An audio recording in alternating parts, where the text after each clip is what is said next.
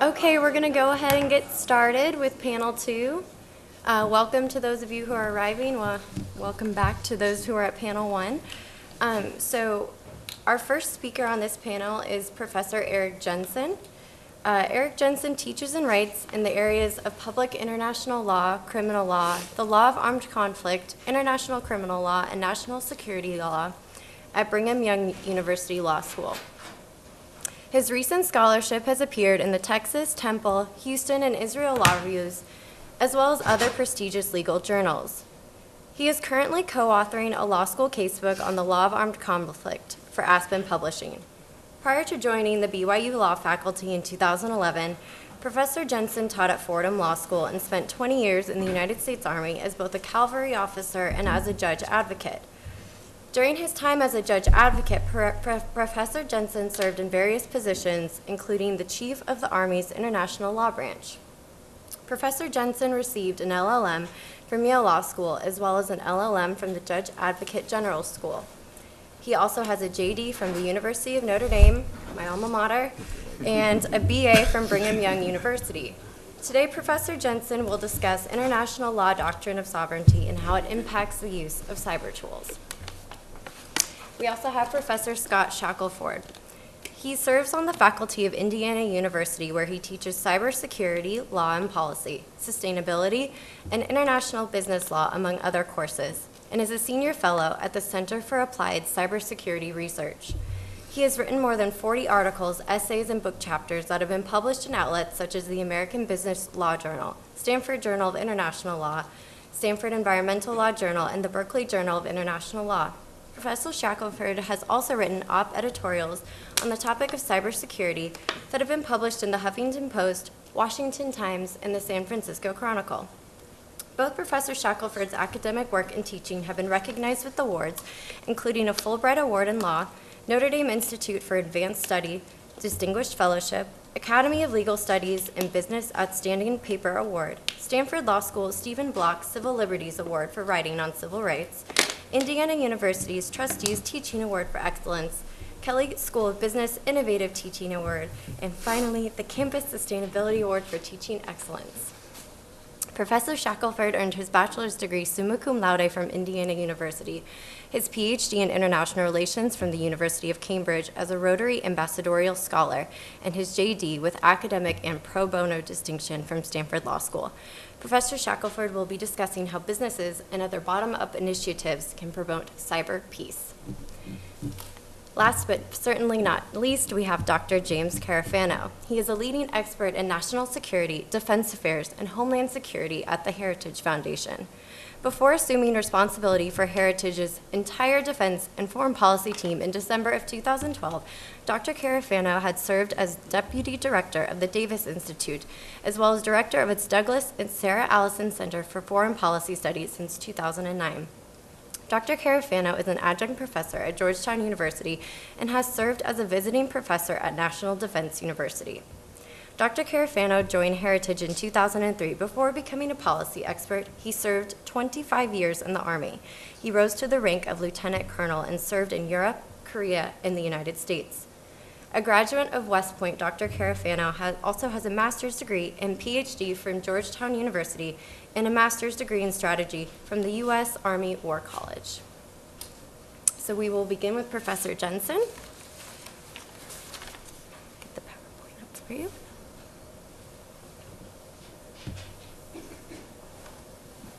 Thanks. I'm convinced that, thank you for those introductions, by the way, that was very kind. But I'm convinced that those introductions, that's a tradition that was put together by academics to try and convince the audience that what I'm saying is believable, right? Hopefully, by the time I'm done talking, you'll think that on its own merit what I'm saying is believable, not just because I've done all those things that were supposedly listed on that introduction. What I want to do is I want to talk a little bit about sovereignty and obligations. I think it is pretty clear under international law that generally when international law bestows authority, it also bestows a corresponding obligation. And so, let me give you some examples. When the Treaty of Westphalia kind of formed states as we have them today, it gave states the ability to control its own territory without interference from outside, but the corresponding obligation was that then that state had to control the force within its own territory. So you have the authority to and the responsibility to. You think about the LOAC. The LOAC gives this idea of the ability for soldiers, sailors, airmen, and Marines to kill people with immunity, but a corresponding duty to do so in accordance with the principles of distinction and humanity and proportionality, etc. So there's an authority granted and a responsibility that goes along with that authority. And so as I have worked on Talon 2 and Talon 1 and thought about this, and now I'm particularly the part I'm working on in Talon 2 right now deals with sovereignty.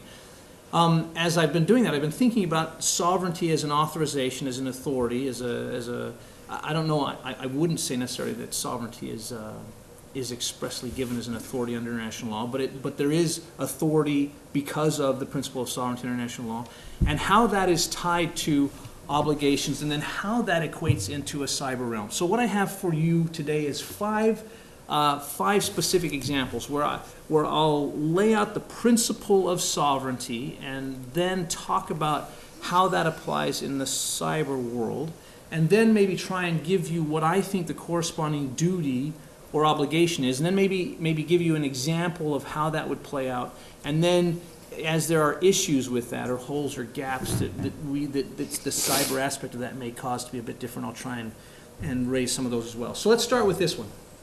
I think it's a pretty clear principle of sovereignty that states are sovereign and equal, right? So to the extent that you're a state, the fact that you're a state means you have these authorities that come, authorities is the wrong way to say it, that you have these attributes of sovereignty, right?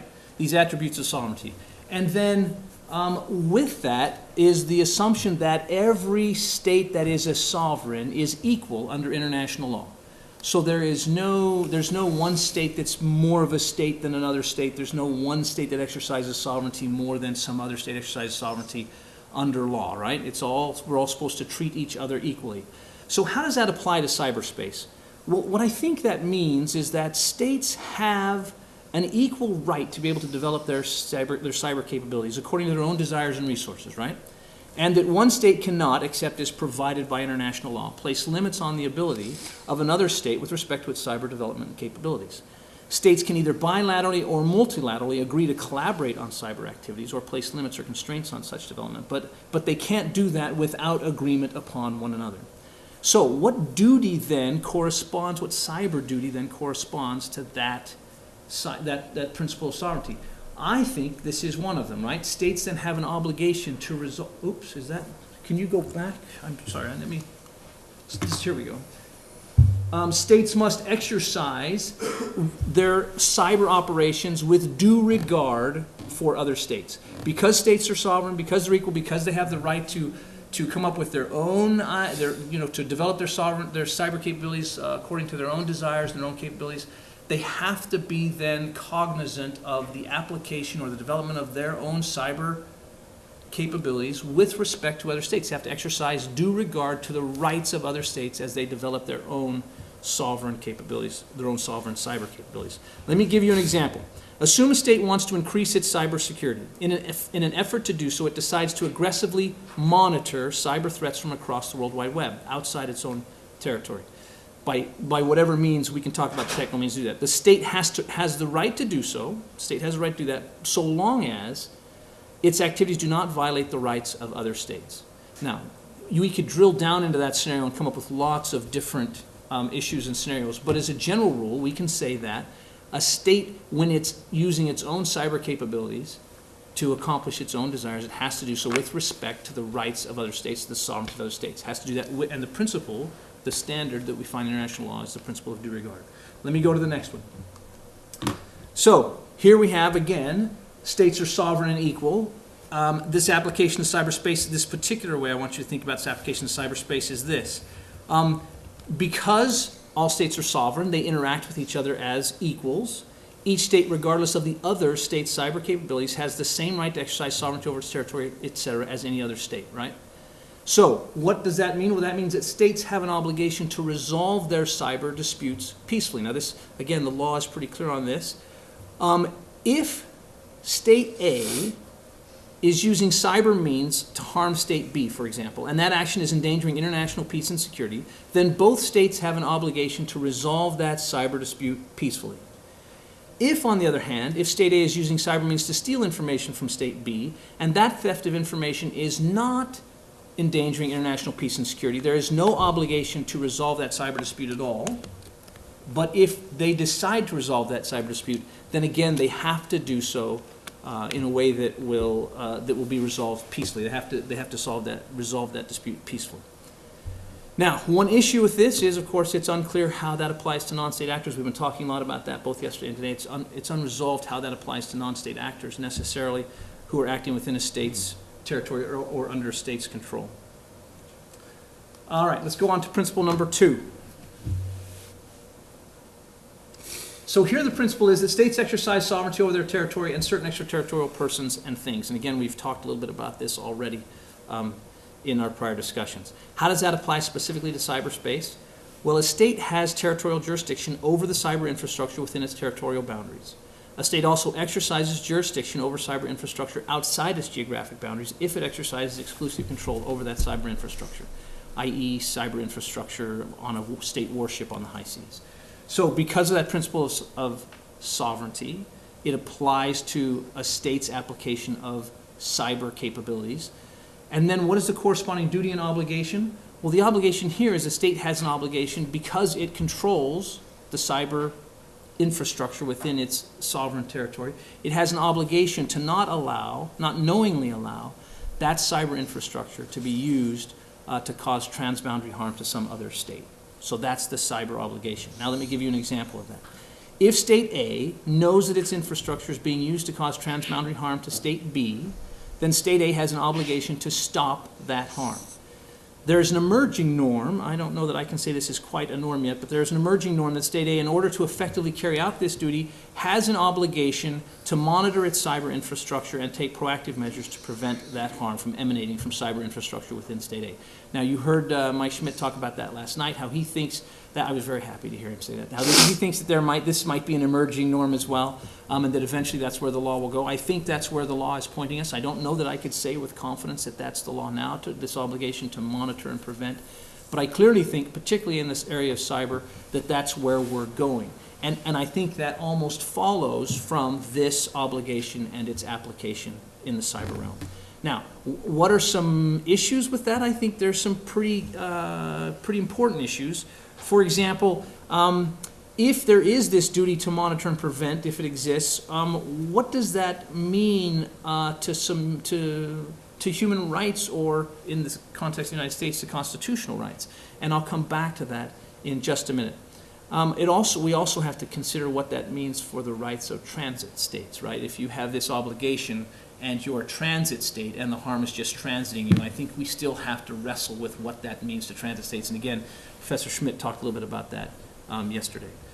So let's go on to the next principle. I know this is a little bit small, so can everybody see that? Yes, the back row, yes, okay, good. Okay, so principle 3 is that a state exercises, a state's exercise of sovereignty applies to both state and non-state actors that fall within the state's jurisdiction. We know that's true, right? States they can exercise jurisdiction over both state actors and non-state actors within their jurisdiction. How does that apply to cyberspace? Well, a state has power to exercise prescriptive jurisdiction. That would include nationality, territorial, passive personality, protective, and universal, to the extent that it applies, over both state and non-state actors who use cyber tools with effects both within and without the state. So if a cyber incident occurs, a state has the ability to exercise all of those types of prescriptive jurisdiction over both state actors and non-state actors for that cyber incident as it occurs. Now, what obligation do we draw from that? Well, I think the obligation is, and I'll read this one because I'm not sure that, just in case you at the back can't. A state has an obligation to cooperate with the victim state in the event of adverse or unlawful cyber effects from cyber infrastructure located in its territory or under its exclusive government control that may affect international peace and security. So there's a duty to cooperate, and then a state may also have a treaty obligation, such as if you're a signatory to the European Cybercrime Convention, to establish criminal information sharing and criminal processing arrangements as a matter of domestic law. Let me give you an example. If a cyber incident originates in State A and threatens State B's critical infrastructure, such that there is a threat to international peace and security, both State A and State B have a legal duty to cooperate to peacefully resolve that incident. Uses of cyber capabilities that are adverse or unlawful to other states but do not threaten international peace and security are not covered by this rule. What is the issue? Well, throughout this, though this is a clearly recognized rule of international law, state practice in the area of cyber has not been that clear, right? We have lots of examples where states have not been willing to do this, where states have, where the harm is clearly coming from actors within their territory, and they have not been willing to either cooperate or accept any kind of responsibility for what's going on, to shut down their acts, etc., right? The Estonia incident is a great example. Russia, as far as we know, did not take any steps to stop the harm once they knew it was coming from within their territory, and has also done basically nothing to pursue criminal prosecution against folks from within its territory who were involved in that harm, extradition treaties, etc. So the problem with this is I think state practice may be taking us a different direction. We'll see what that looks like as we continue. All right, next principle. Again, I'll read this one because it's a little small. A state's sovereign power is nearly absolute, but it is limited by certain international law principles, including Security Council action and fundamental human rights. So I'm coming back again to that issue of fundamental human rights. How does that apply to cyberspace? Well, a state's exercise of its sovereign authority over cyber resources is virtually absolute as well, but can be directed or limited by the UN Security Council, or it can also be limited by human rights obligations. So what duty does that create? Well, that creates a duty on states to comply with Security Council resolutions, including resolutions that deal with cyber stuff, even if they limit sovereignty over cyber issues. Also, states would have to comply with human rights obligations, even if they limit the exercise of sovereignty.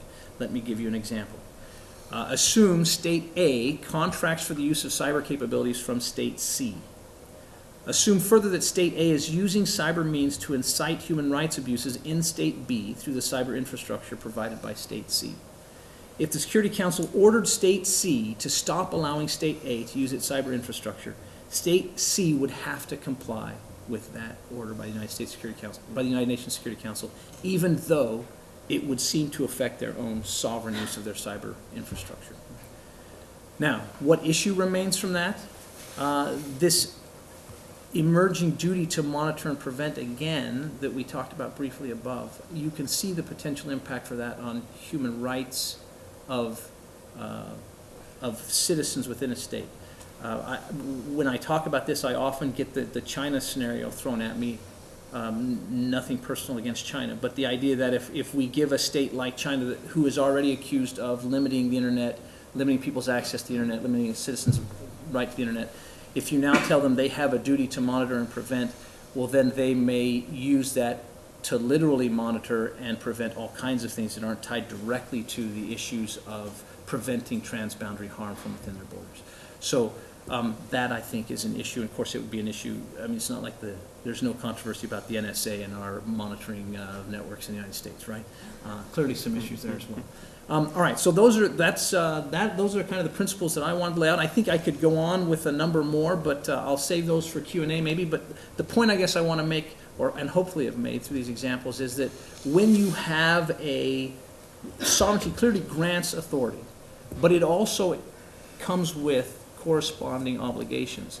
And the way we think of that authority, that sovereign authority in cyberspace, must also be reflected in the way we understand those corresponding obligations, cyber obligations as well. So hopefully we can talk some more about that in questions and answers. Scott? Good. That was excellent. I'll switch the... Yeah.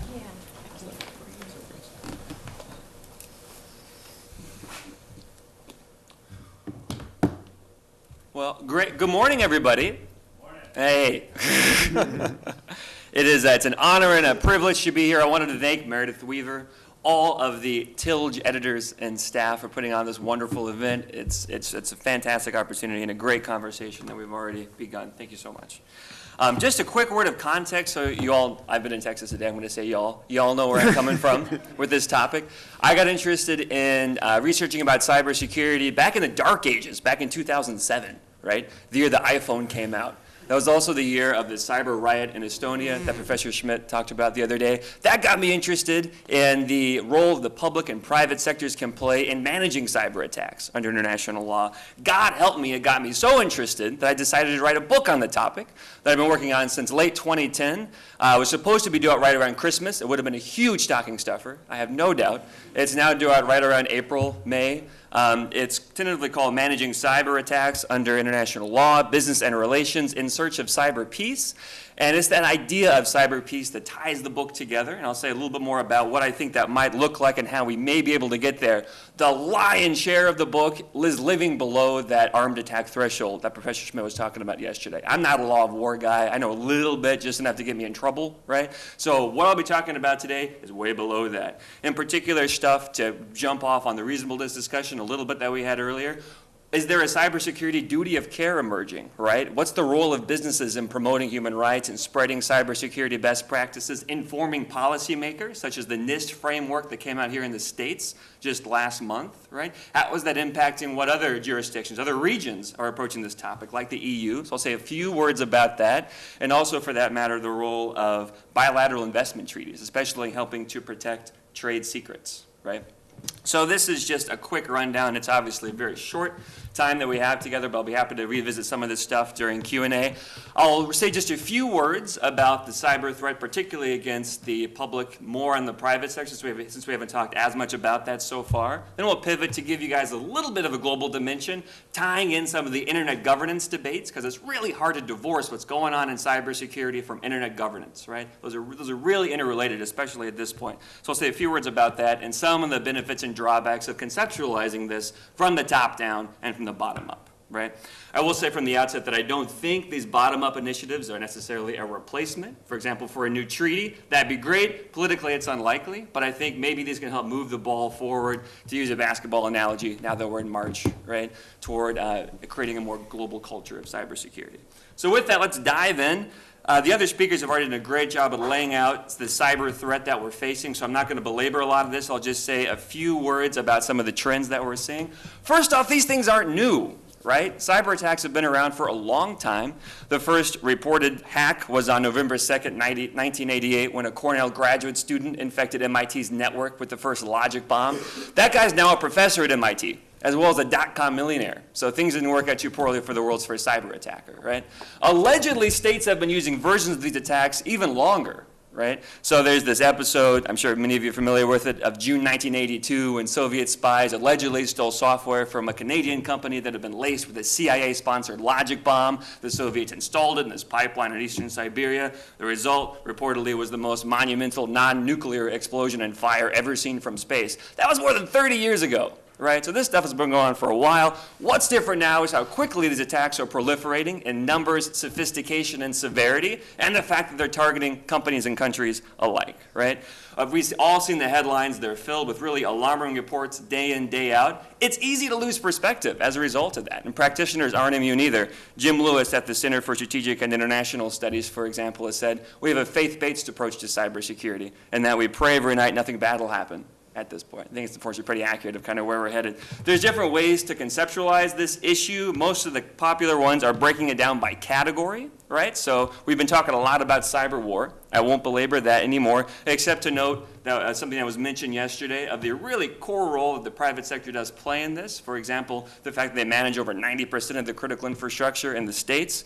That's why Frank Montoya, for example, a U.S. counterintelligence official, has said, we're an information-based society now. Information is everything. That makes company executives the front line in determining what comes, right? So in other words, we need to pay attention to what businesses are doing to help manage this aspect of the cyber threat, right? What do we do below that armed attack threshold where most of the action is happening? I'm mostly interested in just a sliver of this, right?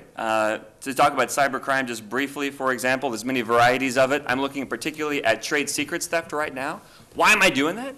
That's about 2/3 of the value that most companies have in their intellectual property. So trade secrets are a really big deal to these individual firms and more broadly to economies built on innovation, right? So protecting these things is a big deal. How big of a problem is cybercrime? Estimates really vary. You see this $1 trillion a year figure thrown out sometimes. If that's true, that dwarfs the global market in illegal drugs, right? But you got to take these surveys with a grain of salt. Javelin once estimated total losses to a particular type of cybercrime in the tens of billions based on 7 responses they got back from a survey, right? So it's a starting point, right? But it's just that. It's just a starting point. What's our response been? In the U.S., prosecutions are up over 400% for cyber criminals, according to a Department of Justice source that I've been talking to. So that's helpful, but it's a global problem. Professor Jensen alluded to the Council of Europe's Convention on Cybercrime. There are frameworks out there to help with this, but they're far from perfect, right? There's only been 41 nations, the last time I looked, that have ratified the Budapest Convention, right? And those that have can still bow out on pretty broad grounds when they challenge sovereignty, public order, or other essential interests. Espionage, right? States do that all the time. It's not illegal under international law, as Professor Schmidt mentioned yesterday, right? It's not always even illegal under domestic law. Economic espionage isn't illegal in Canada, right? France, China, it's sometimes euphemistically known as technology transfer, right? So if you classify this stuff as espionage, it can be a little bit of a legal black hole, which means creating new forums, using what mechanisms we have, potentially including bilateral investment treaties, is important to find a context in which victims can have their cases heard. Cyber terrorism, I'm no expert in this, right? So I'll just say that most terrorist groups at this point have an online presence. Most often it's for financing, recruiting, and public relations at this point. We haven't seen too much in the way of kind of true cyber terrorism, like a Die Hard 4 scenario. Why? Different hypotheses out there, right? One is maybe these groups just lack technological sophistication. If it's that, former Director of National Intelligence Mike McConnell has offered a quote, "Sooner or later terror groups will achieve cyber sophistication. It's like nuclear proliferation, only far easier." So that's a comforting thought. Right? The bottom line, though, is that parsing these attacks by motive and means is helpful, but it neglects the extent to which actors and paradigms overlap, such as in the case of a state-sponsored cyber attack involving a criminal organization for political or economic espionage. How do you classify that? Right? So instead of worrying so much about classifying, I've done most of my research on how we can manage these attacks maybe more effectively.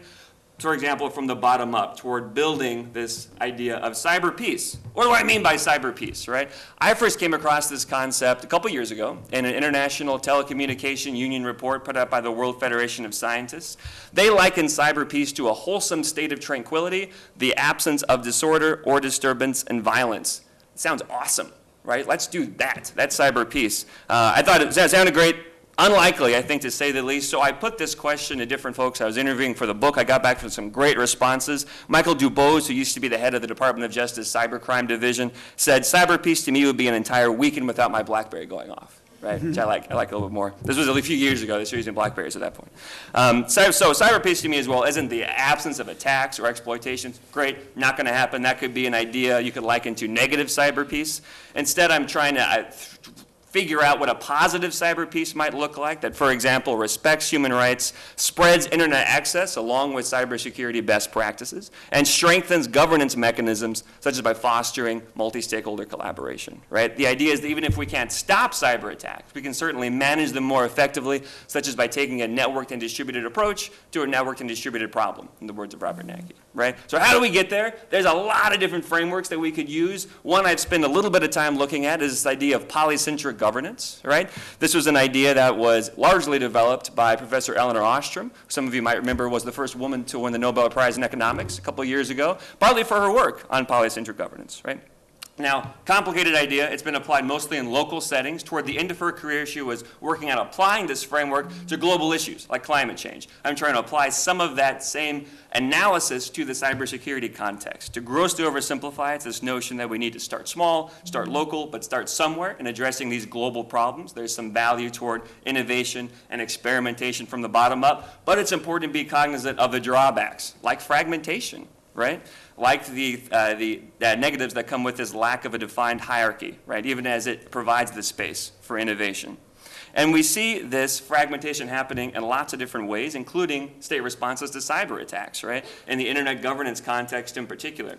Now, this is an oversimplification, so take this slide as well with a grain of salt, right? But we do see, as just alluded to, different camps in how states are conceptualizing the role that national sovereignty should play, right? Particularly when we think about the way the internet should work. There are countries out there that take a much more state-centric approach, right, to both internet governance and cybersecurity. There's others, historically, like the US, right, that take this idea of a global networked commons, to use former Secretary of State Hillary Clinton's phrase, right?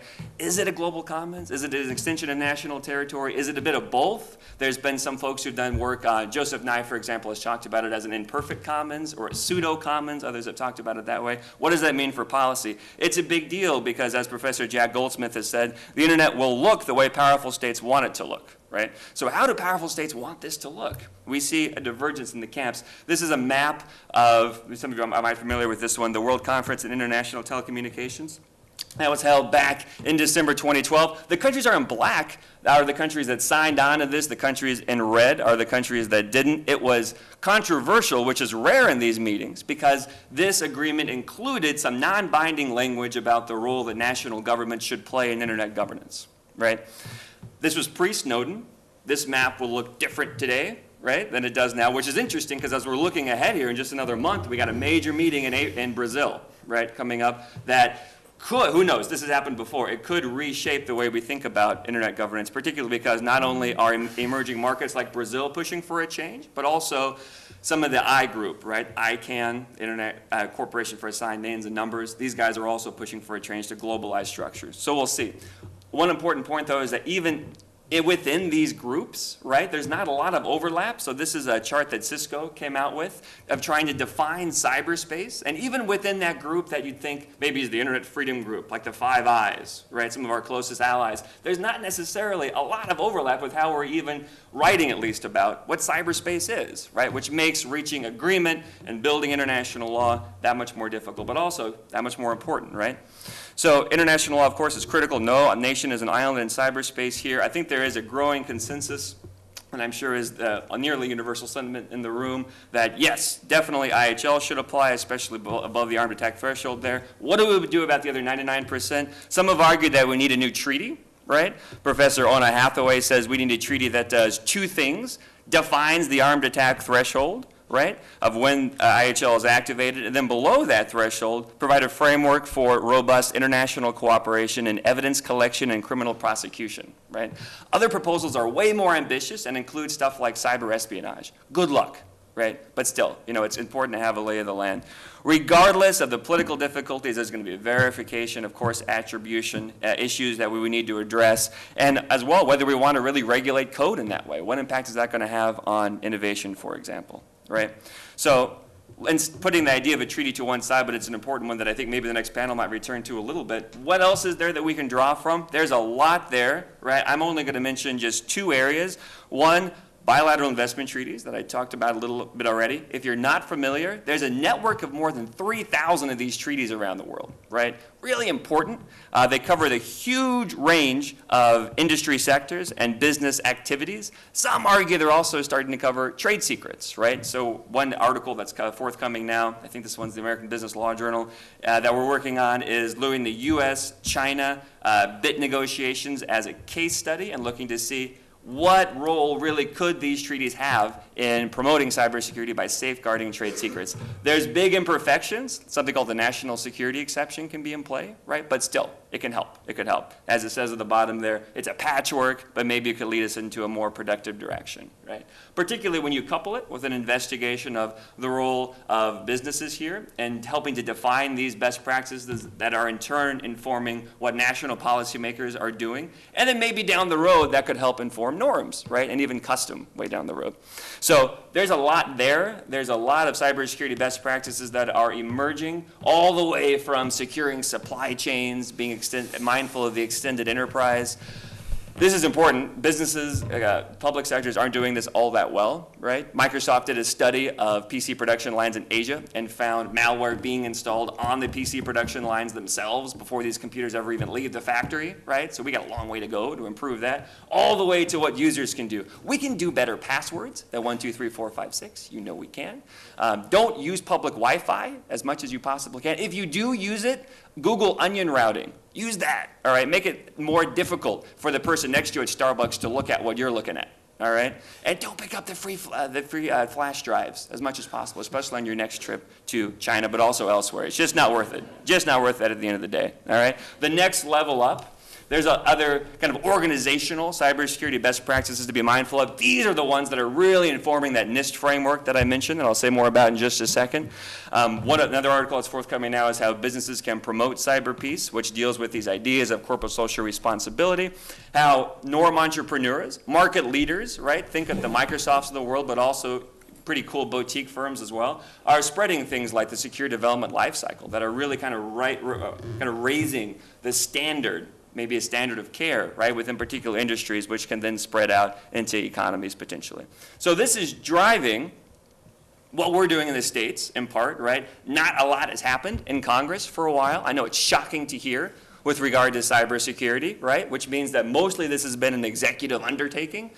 We've had a directive. We've also had an executive order a little more than a year ago now that did a couple of important things, including saying, hey, NIST, National Institute for Standards and Technology, develop a cybersecurity framework, a voluntary framework for firms managing critical infrastructure, right? So you say it's voluntary. How big of a deal could that possibly be? Well, right now, if we try to think of what a cybersecurity duty of care looks like in the States, it's really fragmented. It's really haphazard. You have judges out in California, for example, in dismissing a case against Sony after their big breach, saying that there's no such thing as perfect security, right? You have other judges in Michigan saying the complete opposite, right? And requiring firms to actually develop some pretty advanced procedures to protect their consumers. So this is all over the map. So potentially this could help crystallize a duty of care, not only in the States, but there's active collaboration now going on between the US and their EU counterparts that's been publicly reported on, right? The EU policy is in flux right now, so what we're doing could impact, right, the way that that shapes out at the end of the day. And you can see some of the policies that are being proposed go way further than, for example, the Cybersecurity Act of 2012 or the Secure IT Act or some of the other acts that have been proposed over the last few years, right? So potentially this could have some pretty far-reaching impacts, and it's important just to be aware of. We do see this governance spectrum kind of emerging here as a result of these different states taking these approaches. There's a more voluntary end of the spectrum, a more regulatory side. This does show that there's an opportunity, at least, for like-minded states to make some progress in this regard through national, through bilateral initiatives, right? So I know I'm running over, so I'll just quickly summarize by saying it's of course important to define this law of cyber war. I think there's been a lot of important work. Look at Talon, right? One, at doing this, but we shouldn't neglect law of cyber peace, for lack of a better term, as well, below that threshold. There's a lot of best practices to be aware of that businesses are helping to develop, and they're being implemented by countries, right? Australia was able to reportedly decrease its incidence of cyber attacks by 85% through instituting 3 really simple things. Application whitelisting, right? That pretty much says, here's a list of pre-approved programs on government networks. You can only use those, right? You can't download Google Earth or whatever as well on top of that. 2, automatic updating of software and operating systems. Pretty simple, right? And number 3, minimizing local admin privileges. Only having one machine at a given agency that actually is an administrator machine, right? So pretty simple, but that was enough to really dramatically decrease the incidence of cyber attacks on at least this state. So I think there's a lot of important bottom-up measures there that could help define this potentially emerging cybersecurity duty of care at a national level, maybe even at the bilateral level, and then on up regionally. So I think I'll stop there for now, but I'd love to talk more about this stuff. Thank you for putting up with me, and thank you again for this opportunity. Really appreciate it. Yeah, so I'm very Italian, but I have a very American conception of time. So I'm actually going to try to be brief. I want to give more of, I think, an operator's perspective of looking at this. I have to do that with a caveat. I spent 25 years in the Army, but actually nobody ever shot at me on purpose. except once in Panama, but I actually think they were shooting at somebody else. But I did spend my entire military career really thinking about the law of armed conflict and how it applied to that. And the 10 years since that, I've never gotten very far away from that interest, and I've been hacked a lot. So I'm just going to cover 3 points real quickly. Kind of the foundational thoughts to the laws of armed conflict and why I think they're perfectly suitable and appropriate today, and how I think they actually fit very, very well into the realms of cyber conflict and cyber war that we're looking at. And the third piece, which I really think is the most important, is why I think we would be really idiots to try to do anything else. So there are really 3 thoughts that are really foundational to what's known as the theory of just war or the just war tradition. And it's vitally important because the laws of armed conflict literally evolve from this, and appropriately so. And if you want to boil it all down, there's really kind of 3 kind of foundational thoughts. One is war can only be conducted by a competent sovereign authority. The second is that I'm just blanking here for a second. That's okay. What is the second law for? I'm just totally blanking here. Must be age, right? But the really important one is the third, right? Which is law of proportionality, right? Which is both in the decision to both in the decision to go to war. And in the use of force in war, that has to be proportional. So, for example, in the decision to go to war, the state is limited in that the good to be gained from that you believe you gain from that has to outweigh the bad. And in the use of force in war, you're actually prohibited from intentionally targeting innocents. But in the force of conflict, you have to weigh the mission that you're accomplishing, the use of force, and the threat to innocence, and take appropriate due measures to make sure that your use of force is appropriate. So essentially, the laws of armed conflict have evolved from that, and they work, I think, very, very well. And I don't think you have a better illustration of this, and I think the post-9/11 environment, where we've dealt with all kinds of new or arguably new ideas, whether it's the use of drone warfare or the use of unlawful combatants on the war. And I would actually argue that the law of armed conflict has held up pretty well and fairly robustly. And I think that actually transforms very well, for me, very confidently into thinking about cyber conflict. So proportionality to me is absolutely key, and there was a good discussion of that this morning. So what is an act of cyber war? And I think proportionality defines that very easily. The law of armed conflict has nothing to do with what weapon you use. It talks about the effects of the weapon and the intent of what you're trying to achieve, right? So if you're under a cyber attack, it's the effects of that cyber attack and the intent of that cyber attack that would tell you whether it would rise to a threshold of a declaration of an act of war, or whether as an instrument of use in war, that use was proportional or not. So, for example, if I dropped a bunch of bombs and killed a bunch of people in a city, people would say, oh, gee, that's, kind of probably an act of war. If I do an attack on a SCADA system and I intentionally cause that SCADA system to fail in a manner that results in an equal number of deaths, it's a malicious act. That's, even though there's no kinetic instrument at all there, that is equally arguably an act of war. So as you go through the whole litany of things that you do in real wars and cyber wars, I actually think that the law of armed conflict will port over pretty well. And why I think it's important to do that is this notion that somehow we can distinguish cyber conflicts from actual conflicts, I think is pretty fallacious. And this notion is we need a separate body of law for this. That's going to actually work against the way reality evolves. So, for example, if you look at what we're seeing now in the Ukraine, and contrast that from what happened, for example, in terms of cyber activity in Georgia and Estonia, it's really interesting. So, there's nothing on the news on this. There's virtually no news coverage about, cyber activity in the Ukraine at all. There's, as opposed to all the headlines we saw in Estonia and Georgia. And part of the reason for that is the activity is actually much more subtle, right? It's not overt cyber carpet bombing. But, and we'll have a whole debate about attribution here. But what's interesting is it's subtle, but it also appears to be more synchronized. We have a whole sequence of public diplomacy efforts and disinformation campaigns and physical occupation of territory, but that actually to me, it looks like it's actually synchronized with what's going on in the cyberspace. That is actually much more sophisticated, and in many ways, to me, much more concerning and dangerous as using it as an instrument of conflict than just having a massive denial of service attack. But what that also suggests is this notion that somehow you can parse physical war from cyber war, I think is going to be increasingly not practical. And I think increasingly what we'll see is, as you go into conflict, cyber engagements will be just as prevalent as air defense and missile defense and ground attacks, and the notion that you'll parse those apart is just not going to work. But so you're going to come back to necessarily proportionality as the measure of whether this is appropriate or not. And the other reason why I'm confident this is going to port over well is tying into the other three foundations of just war theory, which really tie back to the competent, the tie to the competent authority. And this, of course, ties back into attribution. And I'm actually not in the camp that throws up their hands and says, oh, cyber war is fundamentally different because of the attribution problem, that we can't attribute things. And I actually think that's almost an excuse.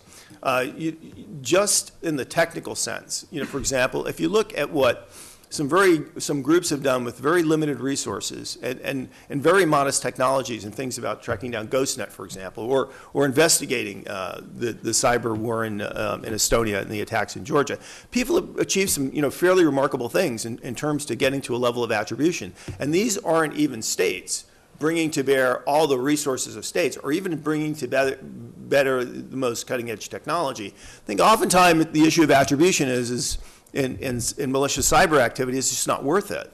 I mean, we could, if we really wanted to bother, get there. But a lot of times it's just not worth it, so we don't bother. And sometimes we really can get to cyber attribution, but it's very inconvenient to actually acknowledge that, so we'd rather not. The other criticism I have of raising attribution as this kind of overwhelming obstacle is people often talk of attribution in terms of, well, it's our electrons versus their electrons. And I mean, this would be like going to Sherlock Holmes and say, Sherlock, dude, you can only look at fingerprints. I mean, you can't look at any other evidence. Well, of course, that's not how malicious activity is investigated.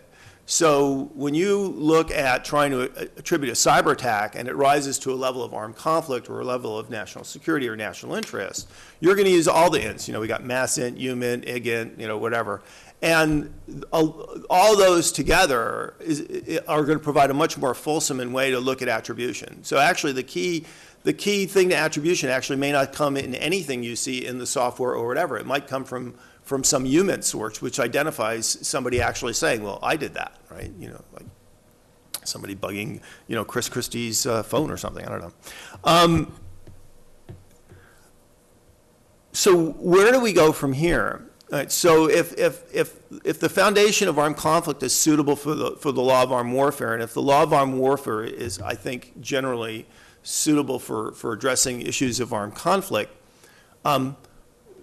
why don't we do something different or something better?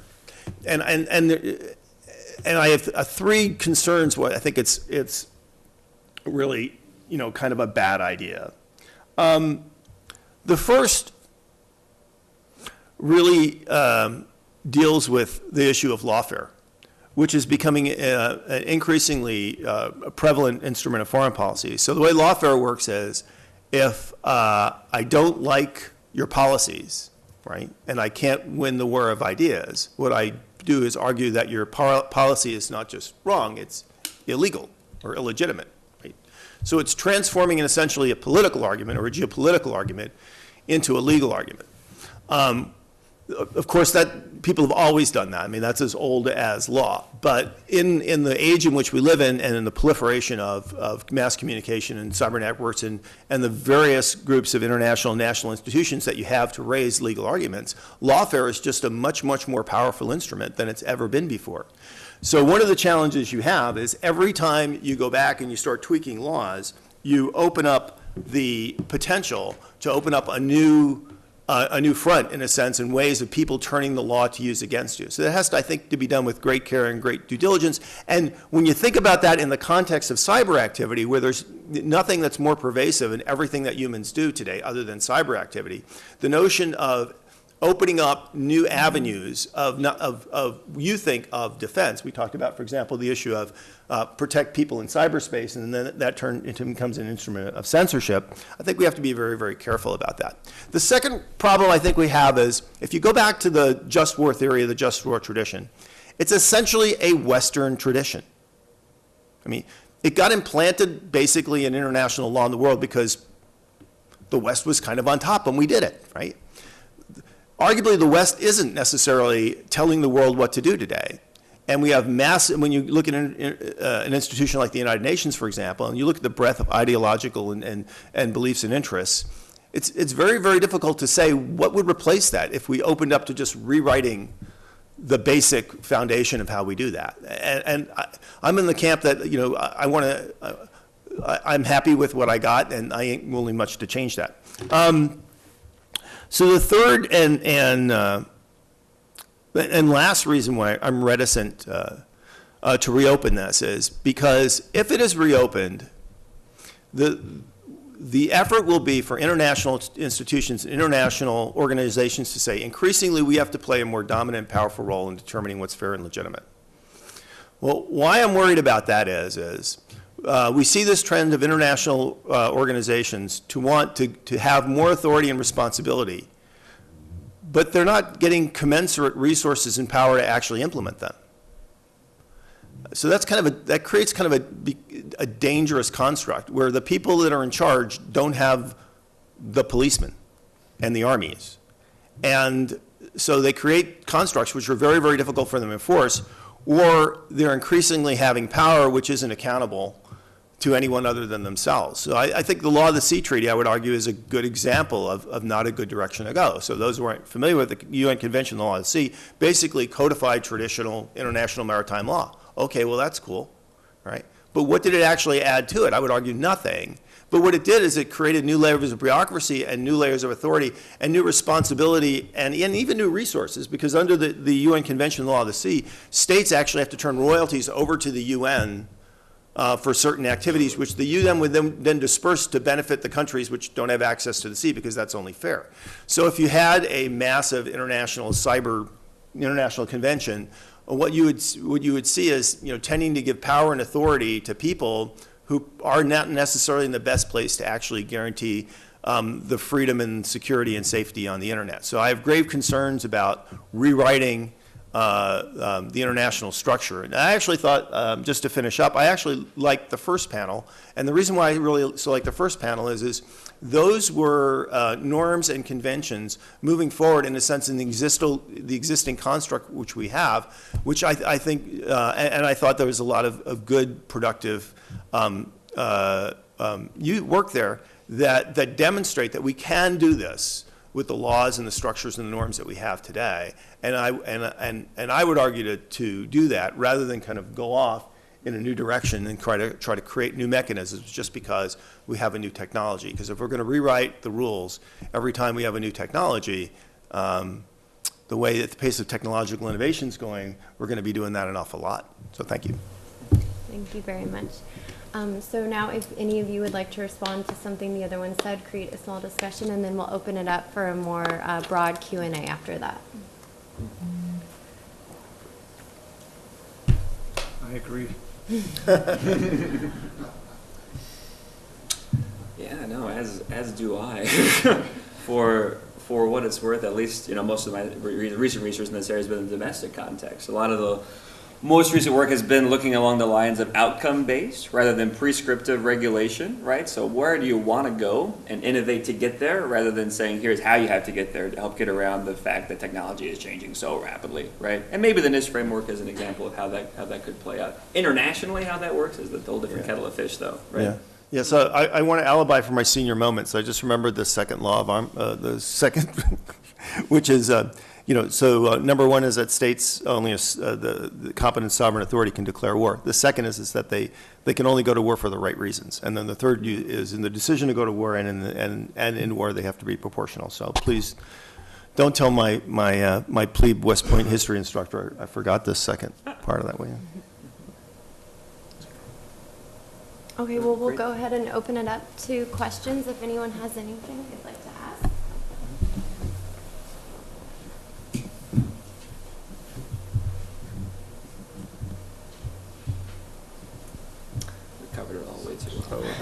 If it's just so good, you all just are totally. I'll break the ice. Let me ask you, Eric, a question regarding your Principle 1. I guess it's not possible to put up his slides. Oh, yeah. If you could put up Principle 1. Sorry.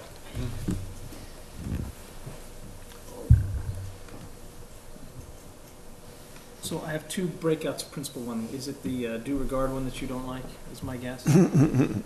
This is the one. Listen, I think this is interesting, but this would mark a revolution in international law, in my view. I don't think that states have any obligation to, I'm sorry, go back. It's the other Principle 1. It's the due regard.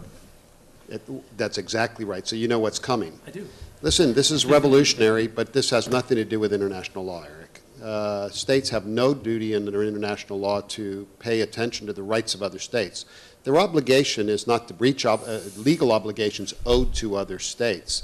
And if we start, so the only right that you have to pay attention to is where there's a corresponding obligation that you owe the other state. Otherwise, you can ignore their rights.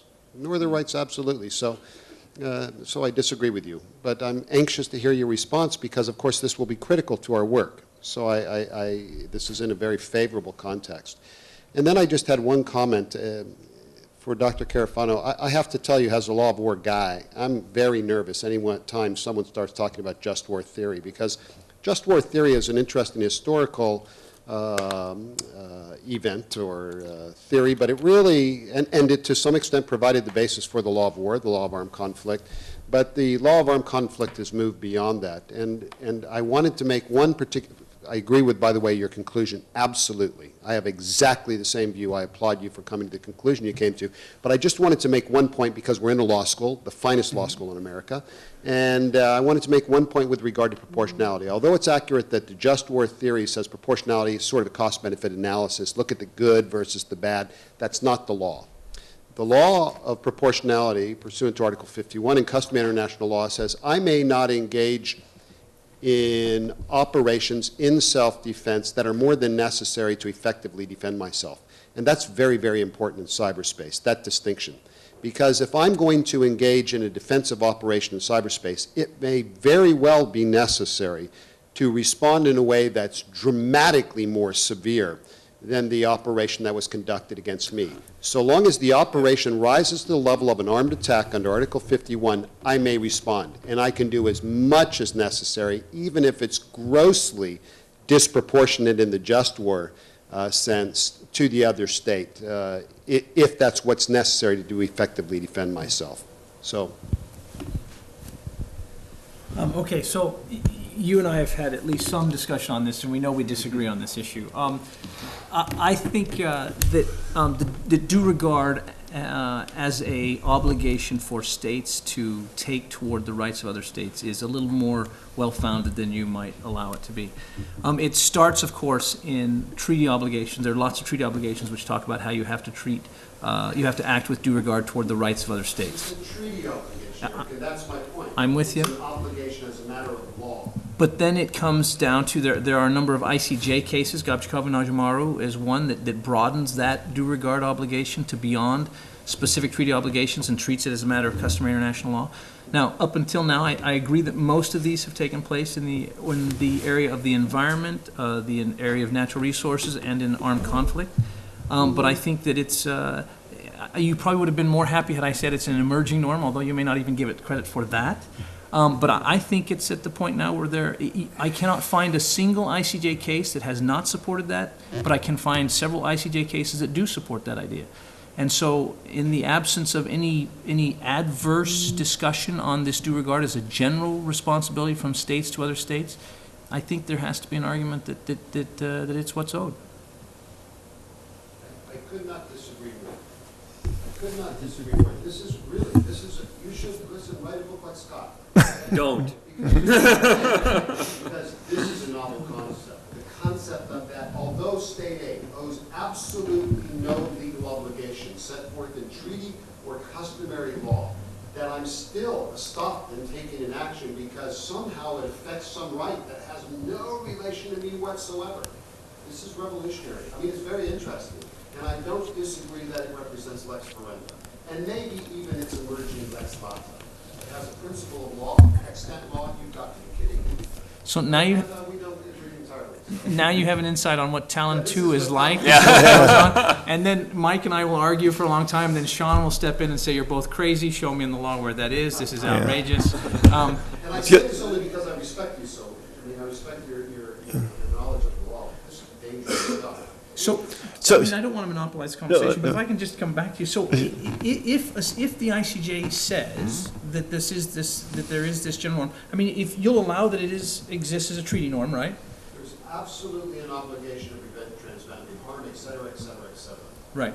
And to act with due regard, for example, in the commons, right? You have to act with due regard in the commons. You'll accept Because that. it's the commons. That's right. But so you'll accept that there is an obligation under certain circumstances for a state to act with due regard toward the rights of other states without there being a specific obligation to do so. A specific It's in the codified law of the obligation. sea treaty. Okay, so you'll go with me that far. It's a treaty obligation. It's in the law of the sea treaty, no matter how flawed that treaty may be. Okay. It's a legal obligation. Okay. The But United States recognizes this, but not as a legal obligation. We recognize it As as a a treaty. best practice. so how then do you respond to the ICJ broadening this idea and saying that that's a general principle that states have to act in general with this regard to the rights of other I know states? this may come as an epiphany, but I don't always agree with the ICJ. So this is weird. So can I agree with you on your comment about him and disagree on your with the comment about me? So no, I think you're right. And as a norm, it seems to me terribly problematic because I mean even if you accept that it would be a norm, to me it's not a terribly useful norm because the capacity of a state to perform that activities is how do you gauge that, right? And there's enormous difference in capacity. So, for example, Pakistan's a horrible state today from in terms of being a good cyber player. They're awful. I mean, they're dreadful. It's horrible things happen in Pakistan. They have very little capacity to actually impact that. And how can you argue with Pakistan that no, you shouldn't be trying to build schools. You should be investing in fighting all these bad cyber people. Right?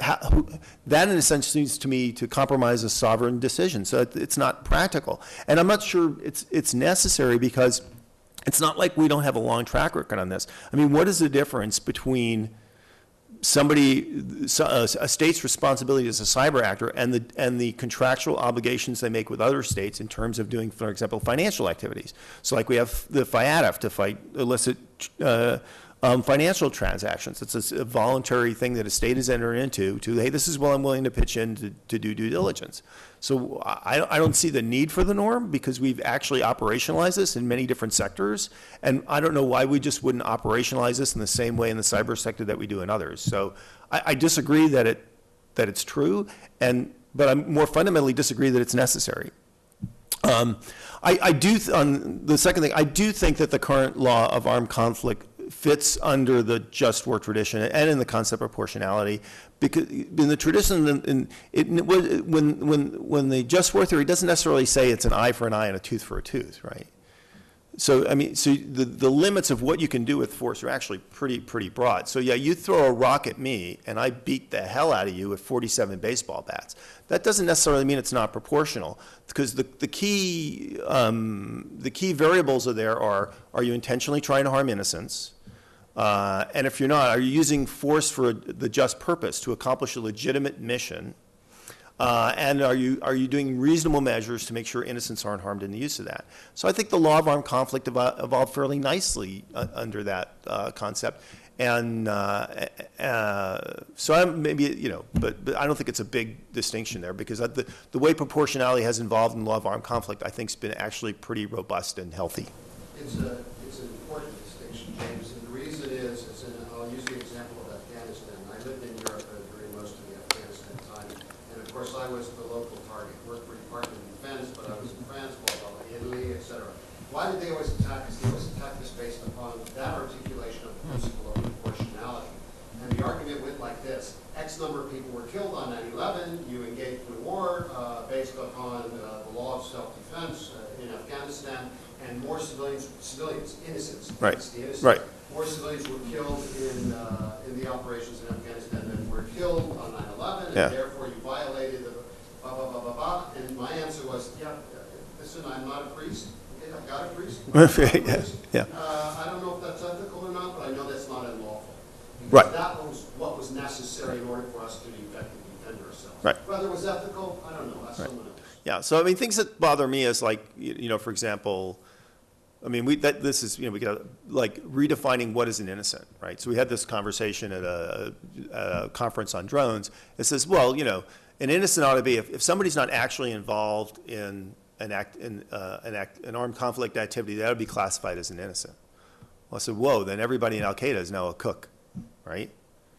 Right. So that is a completely unreasonable standard. The notion that unless they're actively involved in trying to kill me, that I have to consider them an innocent. I mean, to me, the whole genius of the law of armed conflict and how it's evolved from the justice for theorists is that it's rational in accordance with what happens in a battlefield, which is a battlefield is not a courtroom, and you cannot administer justice in the same manner, and it's a realistic attempt to bring humanity to the battlefield. And I don't want to screw with that. It's imperfect, yeah. And have there been violations of it? Sure. And is it stopped war? No. But I think it's kept war, I think it's kept humanity much more humane. And I don't want to screw with it.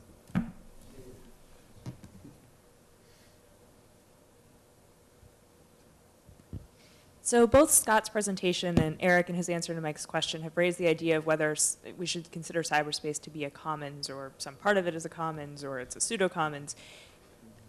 Is that a question, I'd be interested as to your view on what it is, but is that a question that we have to answer first before we can answer how the law of war or some of the broader issues that Scott was discussing would apply?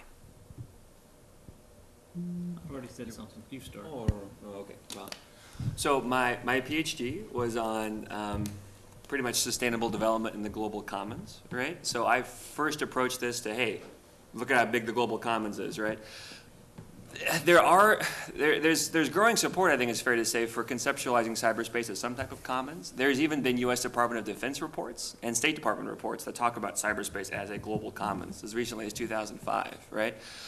But you also have Department of Homeland Security officials talking about how it's not a commons, right? So there's a disjuncture even in the U.S. government about how we view this and how we view securing access to it. Whether that's a first step toward policymaking, I think to an extent it needs to be, particularly as we look to some of these larger international and internet governance conferences like what's happening in Brazil next month, right?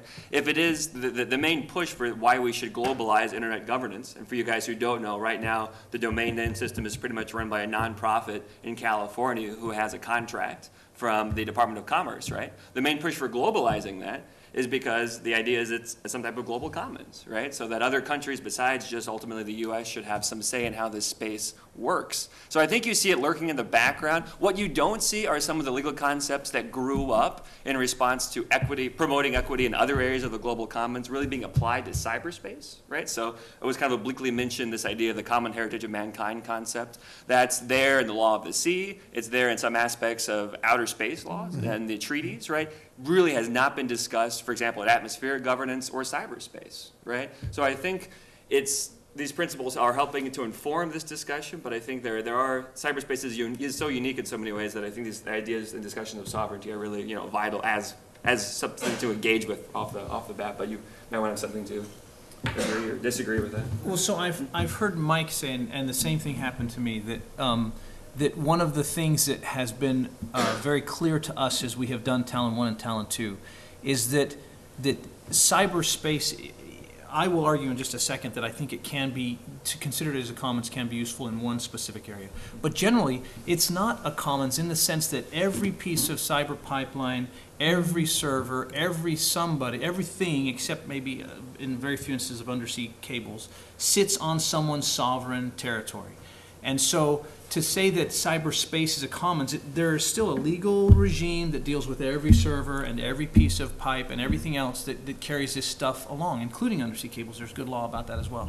So the extent that that people have been saying it's a commons, I don't think it applies in that way. It doesn't apply in the way that the World Wide Web has no jurisdiction, no state owns it, no state has, states own pieces. Every piece of it basically is owned by a state or someone or some entity or governed by some paradigm of law. Now, where I think conceivably conceiving of as a global commons is useful, and it goes back to my disagreement with Mike. To the extent that the reason that space is a global commons is because it's not just there for the benefit of those who have spacecraft. The reason the oceans is a global commons is because it's not just there for the benefit of states that border the sea, right? And the same should be true of the internet. At least that's how the argument goes. The fact that the internet is available isn't just for the benefit of people who have exercised lots of control or whatever, but instead it is for the good of the general population. And that's where you see these people argue about this idea of due regard, because it's a common good that is a good for all. Then as you weigh in on that or take things that will affect that. I mean, the scenario I used to present this idea of due regard is if you're going to set up some kind of cyber structure or do some cyber thing that will affect the way you implement yours will affect the way your neighboring state can access the internet, well, then you have to do yours in a way that has due regard for that state's ability to access this global commons, this global good. And it's a raging argument. It's lots of people, again, smart people like Mike don't agree with it, and that always makes me think twice. But it seems to be where we're going, and maybe it's at least where the ICJ thinks we already are. So in that sense, I think it's a global commons, but not in the other senses. Yeah, this has actually been a really super helpful discussion, because I've often used the term cyber commons in a very kind of unthoughtful way, and I think there's a useful distinction to be made here. I mean, there are lots of things which are common around the planet which aren't common, right? So we don't have a land commons, we don't have an airspace commons, right? So I think you're absolutely right. When you're talking about the physical definition of space, do you really need a cyber commons because nobody owns that thing? And you don't, because everybody owns something, right? But where I do agree with you is, as a general, as a principle, and me as an earthling, or even me as an American, I think the notion of everybody on the planet having access to cyberspace is a good thing and a positive thing, just like I believe free trade is a good thing. I believe that free trade would generally benefit everybody. And as a general principle, I believe as an American, I should be doing everything possible to encourage the development of free trade and free markets and liberal markets. I think I would feel, if I were advising the President of the United States, I would say the same thing. There may not be an obligation under law or whatever to have cyber commons, but I think as a matter of U.S. policy, the best U.S. policy would be to ensure everybody on the planet had access to using cyberspace for non-malicious benefits. Well, so let me just walk that idea back for a minute to get back to where I was going. The UN has argued in a number of different forms that there is a human right to the internet now. And so, whether you believe that or not, I mean, I think that's pretty bizarre. But let's assume that you do believe that everybody has a human right to the internet. Well, then, how do you apply that human right? How does that come into application? Well, that means that the states have an obligation to supply this, which means that states, even if they don't have the capability, they have a right to ensure that their people do have right to the internet. And then again, you get back this idea of due regard, right? Well, then other states can't limit that right. They have to show due regard for the right of that state to guarantee its human right to its citizens. It all seems to be heading the same direction, despite the fact that that it's hard to actually quantify where that is. Right? But I mean, I think that's the difference between kind of hyperbole and the right to clean water is another. Well, and that I think it was an argument under lawfare. It's this kind of proliferation of responsibilities and rights to hamstring states. And so, we have food security now, and everybody has a right to energy, and that's where I took fault with the State Department initiative on internet freedom. It's like, I thought that was oddly worded. It's not internet freedom. You'd like people to be free to use the internet, and you'd like people to have freedom on the internet. I'm okay with that, but the notion that somebody has a human right to a technology, to me, seems kind of screwy. And if I blame anybody, I guess I blame the guys that wrote the Constitution, because if you really think about it, right, freedom of the press was the first time we really kind of got off base there. Not that I'm against freedom of the press, I'm all for it, but right. But what we did is we gave a specific technology kind of an enshrined right, which maybe if we had to think that over, maybe we wouldn't have done that. We just said, look, freedom of human expression is the right. The press is just kind of a technology. But in fairness to Jefferson, I don't know if they knew that, iPads were coming, but.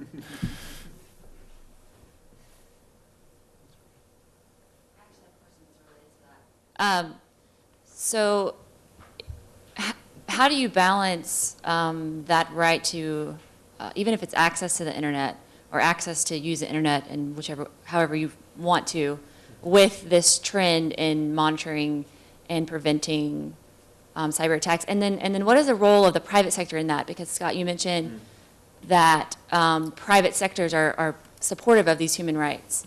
So how does that balance? How does that intersect? It depends on, just to take that second point really quick, it depends on who we're talking about, a little bit in the private sector.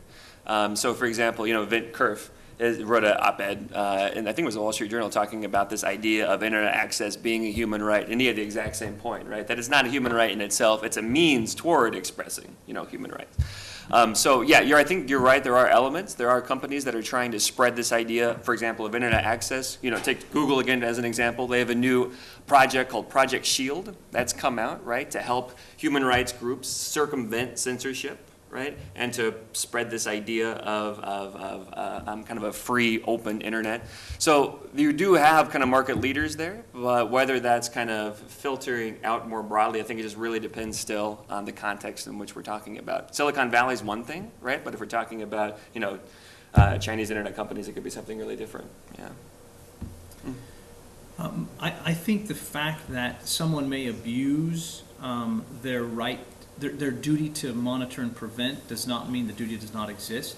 If there can be a duty to monitor and prevent, and then they just need to be right in the way they do that and not impinge upon human rights.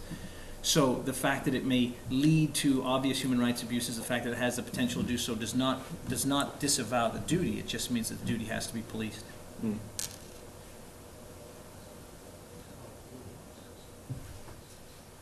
You're going to give him another chance to beat me down? I just think we're being sloppy in our law here. When we talk about global commons and so forth, what are we talking about? We're talking about rest communities. We're talking about things over which there is no sovereignty. That's why you have space. That's why you have the high seas, for example. And it's only about the lack of sovereignty. It's because we all want to use it. But as you yourself said, Eric, there is sovereignty over cyber infrastructure. There is sovereignty over the pipes that go across the country. So I would ask, why in this case do we need it? We need it with regard to the high seas because we all want to use it. We need it with regard to space because we all want to use it, and there is an absence of sovereignty. But as you yourself said, and as we found in the Tallinn Manual process, there isn't an absence of sovereignty over the things, the places where cyber activities occur. Moreover, I would respond to your, this bizarre notion of a human right to access, blah, blah, blah, blah, blah. We forget, you want to play due regard, we forget there's a legal mechanism to do this, and it's the peremptory norm. It isn't about due regard. It's about the question of whether or not there are peremptory norms. In other words, in cyberspace. In other words, a norm that is owed to all states. In this case, I grant your point. If you can make an argument to me that there are particular peremptory norms, then you have to take the effect of your action on that norm as to any state. But otherwise, you only owe the obligation to the individual state. So, I mean, again, I think this is creative, but you're talking lex ferenda. We have legal mechanisms for dealing with precisely the problems you're dealing with. Let's trust the law. I'm wondering if you left BYU, you went to Berkeley, or maybe the altitude's too high at BYU. I'm trying to figure out what's going on here. No, it's cold. No, I get accused of this Berkeley thing quite often. So my guess of all of that is I can feel pretty safe in assuring you that when you read Talon 2, there will not be a due regard obligation, because I'm probably not going to convince Sean either. Minority view. Yeah, if it comes out at all, it will come out as a minority view. There you go.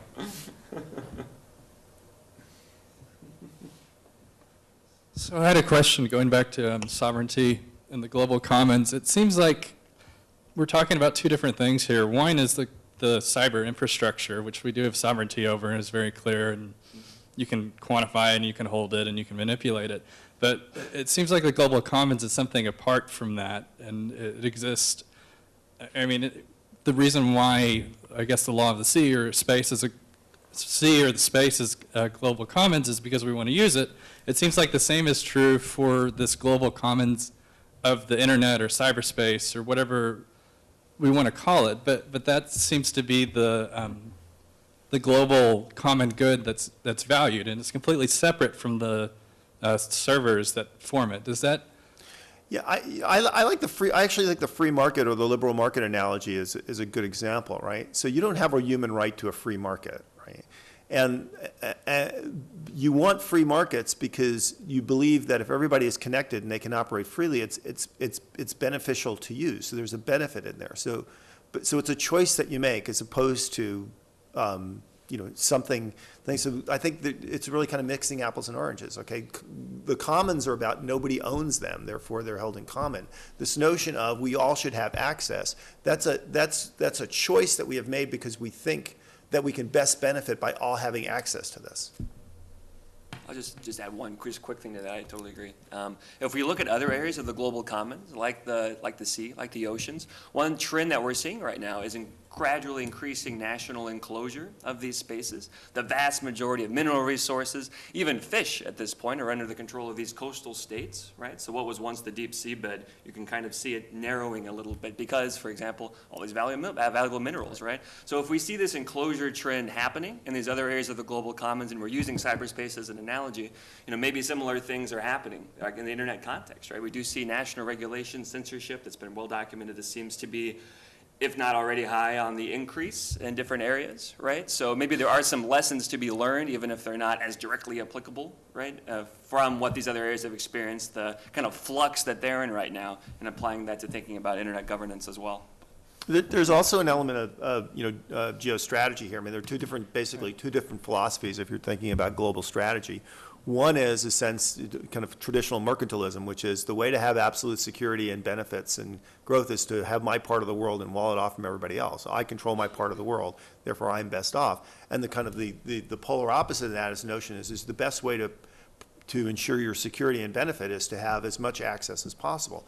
So it's a difference between a legal argument of saying, well, you have a legal access to that, and a strategic argument of saying, from a strategic standpoint, the best thing for me is for everybody to have access to this, right? So if we were the United States, for example, I could make an argument that, we could, we're a cyber superpower, kind of, right? I can make an argument like, screw to the rest of the world. Let's create an internet. Let's just wall everybody. Let's just do our own thing.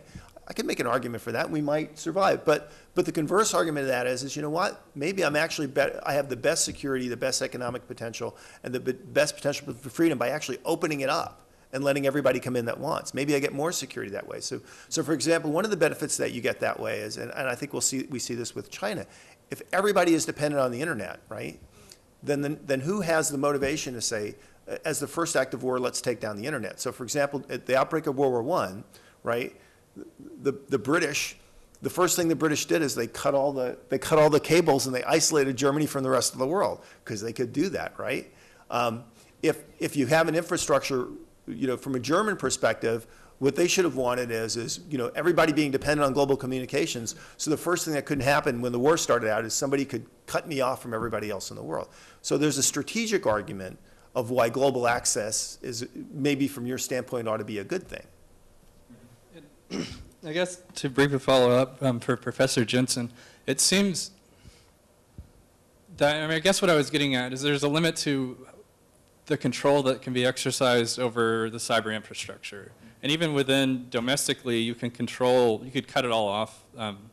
Like Dr. Carafano said, you could shut it down, but you can't actually control the back and forth between individuals across the globe.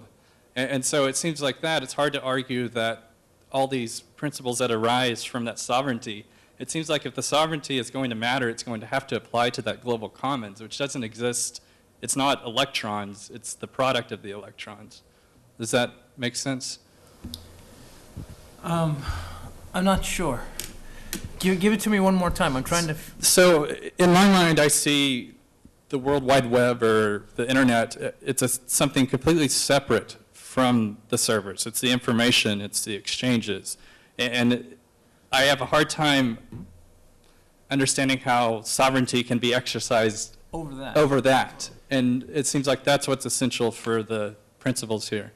So as I understand the UN's argument about a human right to the internet, it's about access to the service, not to the information. In a sense, I view it kind of like the constitutional guarantee of freedom of expression, right? It doesn't guarantee that you can express yourself in any way you want. It guarantees that you can express yourself if you can find a methodology or a venue.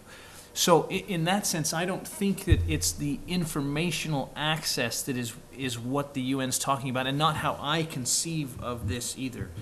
I guess I conceive of it as access to the pipes, the servers, and the stuff, rather than access to the information. Because you could conceivably get the information. You could go to a library. You could make a phone call. You could ask an expert. You could whatever. There'd be other ways in which you could access that.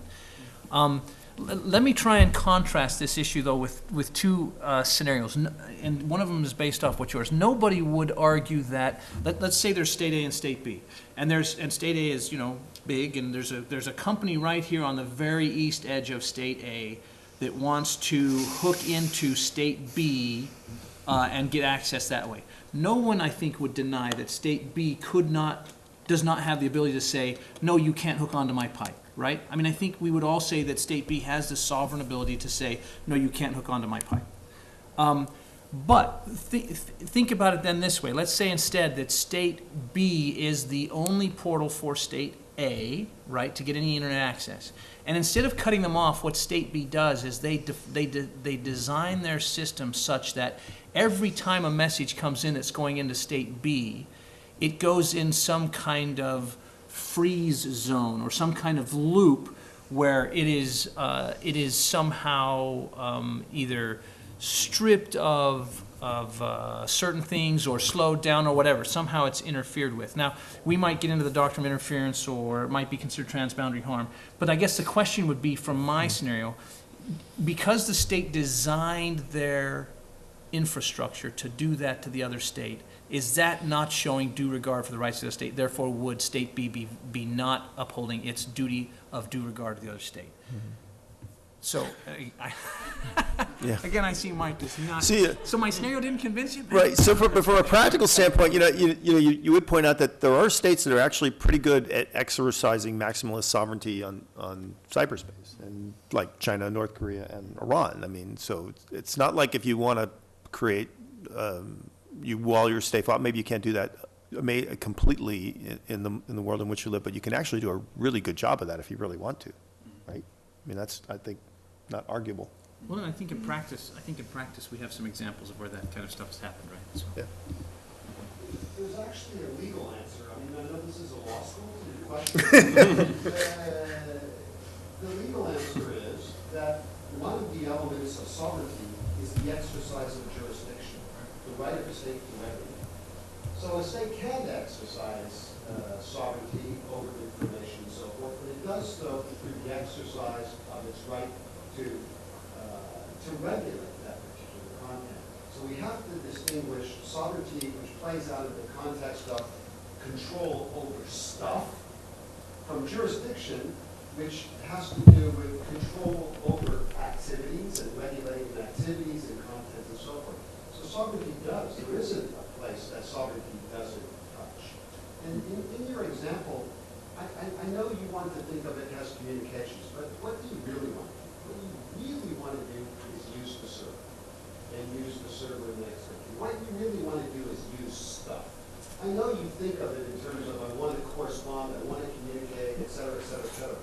But what you really want to do is use stuff. And that's what distinguishes my approach from Eric's approach. I'm saying there is sovereignty over this. It's not like the global commons. There isn't an area where you want to operate in which there's no sovereignty that exists. So, I mean, I would say be a little bit careful. Remember last night when I was talking, I was saying I thought the cloud was there. Remember that? Okay, that's the global commons. Right. But all the technicians told us there's no such place as there. Right. You know, they're there on the earth. And so unless we're willing to dispense with the concept of sovereignty and the concept of jurisdiction, you're stuck with it. There is no commons, global commons of cyberspace, at least not now. I'm not saying that Professor Jensen's ideas won't mature over time in practice because of the very concerns you have. That's possible. That will occur through the evolution of the concept of sovereignty. there yet. So I hate to support Mike in his tearing apart my idea, but there are a number of examples of this exercising sovereignty over conduct or over content. For example, Germany has strict laws about Nazi memorabilia, and eBay has to respond to that. They can't have stuff advertised, and there was a whole case in France. So, I mean, the states clearly exercise jurisdiction over that content in that way, and have done so, and that's clearly supported by them. I mean, this really gets, back to your point about evolution. I mean, this goes back to really kind of the Philip Bobbitt thing here about where are we going from here in terms of global governance, right? And my argument would be, which one of my concerns is nobody's come up with a better answer than the sovereign state for all its imperfections and how it's been abused as the best guarantor of freedom of individuals in the state. And the notion of, well, let's evolve, what are we evolving into? I mean, these international and multinational institutions are proven incapable of actually demonstrating that they're an adequate replacement for the sovereign state. So why are we rushing towards a model which hasn't demonstrated it's going to give us better service and delivery than the model that we have now? And so, and that's why I'm kind of from a prudential standpoint, it's a good idea to break and slow down some of the evolution of these concepts rather than just use the argument, oh, because we have a new technology and we have cool new ideas and words that we should rush forward into it. And probably the best metaphor for that's the cloud, right? There is no cloud, right? We all talk about cloud computing and everything else. The cloud computing is advertising, right? It's not an actual thing, right?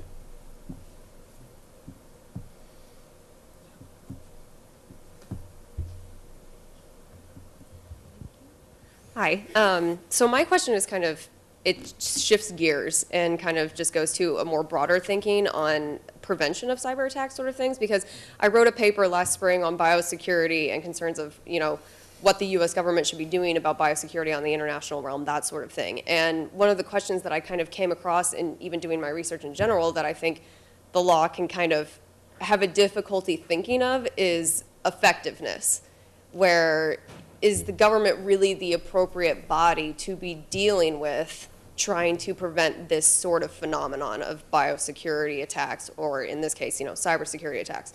And so, in that respect, my question was kind of derivative of Scott's thing where he was, discussing going from the bottom up with businesses. Would businesses really be the more effective kind of place? And I'm showing a little bit of bias towards Scott because my alma mater is IU, so. But I just was kind of curious about all of your thoughts on where you think the government's role should appropriately be in terms of effectiveness in actually preventing cyber attacks and, the dangers that come along with cyber attacks that actually occur. Yeah, it's a tricky one, right? Yeah. It depends who you ask here, right? Lawyers love to say it depends, but I think that's exactly right. I just have two quick comments in response to that. One, I think you're right and when you're thinking about the role of government regulation here, not only is it good to put good laws in place, but how can we enforce those, right? So lots of countries have tried to eliminate obscenity on their national intranets, really, right? None has been fully successful. It's really easy to circumvent these engines that have been put in place, oftentimes developed by software companies, quite often in the US, right? So having good laws is one thing. Because of, at least even if it's not a global commons, the global nature of this beast, it is possible, though, to get around those those exercises of national sovereignty, right? And to your point of whether the private sector is better in that regard, I think there are absolutely, best practices that are emerging that can, like the NIST framework, inform what we're doing, like the critical infrastructure stuff. I think there's a role there for government. There's been different bills in Congress to make this voluntary standard, maybe more binding. In exchange for making it binding, giving companies that comply with it immunity from suit if they are breached, right? The EU is going even in a more, I wouldn't say extreme, but more of a middle ground from that. They're not even looking at critical infrastructure. They're looking at companies with a nexus to e-commerce. Well, that's pretty much everybody at this point, isn't it? Right. And they do go even further, requiring audits for information security preparedness, all this stuff, right? So you're seeing a wide range of approaches. Which is going to be most effective? Because it's all so new, I think we have to let the regime effectiveness stuff play out. I think it's a time will tell thing. But we do see that spectrum emerging. There are these countries that prefer this more voluntary bottom-up approach. There's a lot of opportunities for experimentation there. But there's also some drawbacks. Just one last quick example. The U.S. electrical grid has about 3,200 different providers in it. Germany has, I think, 4 the last time I looked, right? So it's a lot easier to get 4 companies online to protect this aspect of critical infrastructure than it is these 3,200, even though there's more opportunity there for innovation, right? So I think it has to be a balancing act, as difficult that as it is to play out. Yeah. And part of that grid's actually owned by Canada. Yeah. So, Yeah. so the debate in Washington isn't whether that we need a law, it's really the philosophy of the structure of the law that we need. I mean, and I mean, this is, and they're basically 2 very different philosophies in the law. One is very structuralist and very directive, and the other is very essentially setting up a framework and leaving maximum in the private sector. And my sympathies obviously are over here, for just a very, forget about, whether you're liberal, conservative, or whatever, for just a very practical reason. I mean, this is a very nonlinear environment. I mean, it's incredibly nonlinear, right? And laws in government are structured linear activities. So when you take a linear activity or a linear structure and you put it over a nonlinear environment, the nonlinear environment just weighs it as it goes off and does its thing, right? So if you have an overly prescriptive structured answer, it's going to be obsolete almost the day it's implemented. And if it isn't obsolete, what it is going to do is it's going to probably drive bad and behaviors that you didn't want by driving out innovation and opening up new gaps and everything else. So this is where our recommendation is to be. You really have to deal with this with a very, very light touch. You want to create a regulatory structure, but if it becomes overly prescriptive, it's either going to be ineffective or it may actually generate unintended consequences that are actually worse than the problems you're trying to solve. So we watch this one really, really closely, and quite honestly, looking at what's gone right now, I'm really happy Congress has done nothing, and they should probably continue to do nothing for some time, because oftentimes the best laws come out of Congress after they actually delve on these things years and years and years, because when they go back and they work on something, they don't start over, they start by the failed bill from last year, and so oftentimes several iterations of this, and because Congress didn't pass the cyber law, that doesn't mean it's a bad thing. That actually could mean it's a good thing, because a lot of learning went on and analysis went on, and then hopefully that when they come back to it the next year, they'll be in a better place than they were the year before. So first of all, I'm really happy to hear you're looking at the bio issue. I'm sure you came across all the DIY bio stuff that's going on around the world, and yeah, I mean, this is an alarming development that we all ought to be paying a lot more attention to, because its potential effects are catastrophic. But in terms of the regulatory interest that the government has, the problem is that the government is not just a regulator of cyber issues, but it's also a participant in that market, whereas it's not in the bio market, right? So the government has much more incentive to have measures of effectiveness and all of that stuff in the cyber arena, because it's a participant in the market as well. And so I think that probably cyber is going to be much more well regulated because of the national government's participants in that arena than bio will, which again is a little bit alarming. It means that we all need to read your paper and send it to our congressman. Okay, thank you so much for the great questions, and of course for our 3 panelists. That was fascinating. At this point, we're going to break for lunch, so we can head out to where we've been checking in, where breakfast was, and we'll be able to get some lunch for those who registered. All right, thank you very much.